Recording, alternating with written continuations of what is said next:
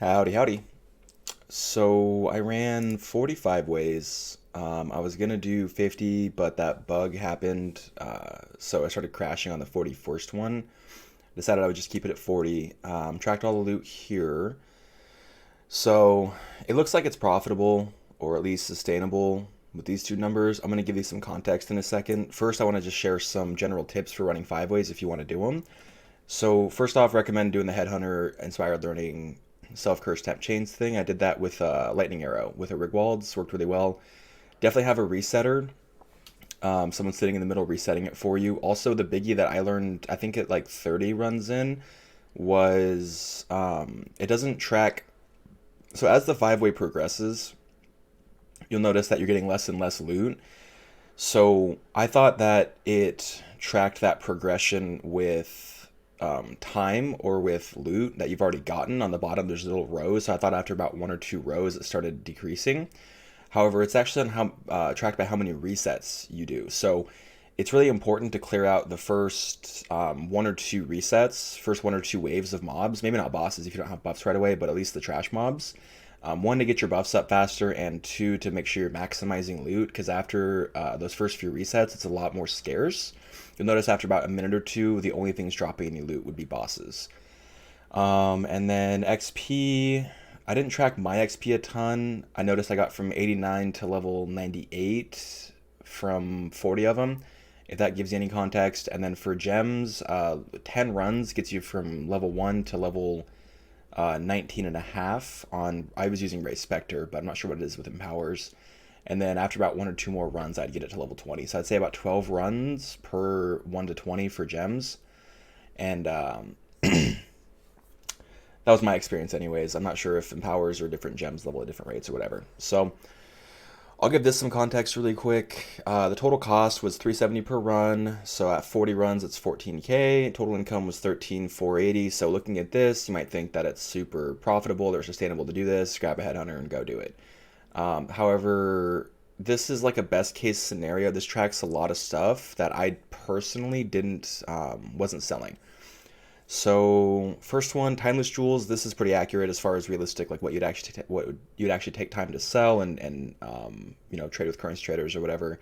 So lethal prides are the bread and butter of this. That's like almost a third of the total income that we got back, the total return.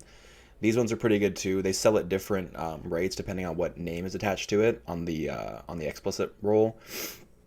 Each one has three, I believe. And then currency, raw exalts were nice too. A lot of those. One run actually had two of them in one run, which was nice. So I tracked these. This is if you don't open your stacked decks. I did because I have no self control, so I didn't sell these for the 500 chaos like I should have. The other is just stuff like, I don't know, chromatics, alchemies, regals, just a bunch of kind of small currency. And I didn't track anything super small. Fossils, pretty straightforward. Not a ton of money to be made there. Incubators. So these are all the expensive ones. Sorry if I keep sniffling the mic. I'm kind of sick. But these are all the expensive ones. So this is the cheapest that I tracked. But a lot of these, the time lost, thaumaturges, and the foreboding, were the biggest amount of money on these. We don't drop a ton of geomancers. They're pretty rare, not worth a ton because the divines are pretty cheap. But a lot of money to be made here. I almost didn't sell them.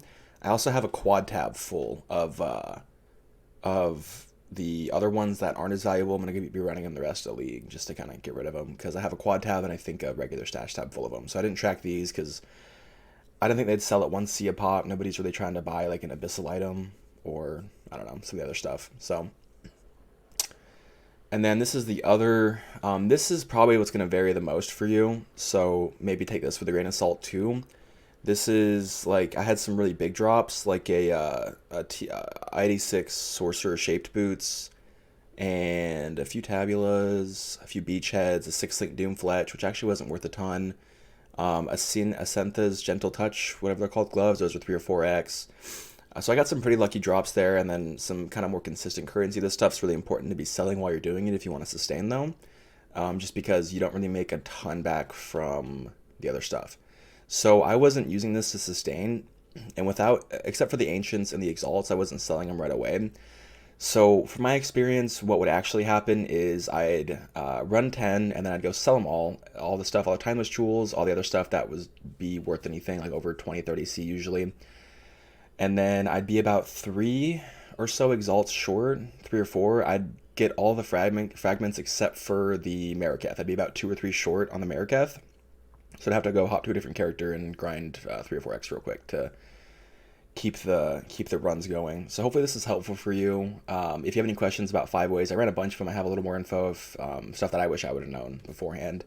So if you have any questions, leave a comment. I will respond to them. And then I do stream on Twitch if you want to watch there. It's linked in the description as well. I did all these live on stream, so probably do more of them later in the league once I get bored of it and just want to level up and get to 100 real quick. Don't care about currency. So anyways, yeah, any questions, let me know. But thanks for watching. Bye.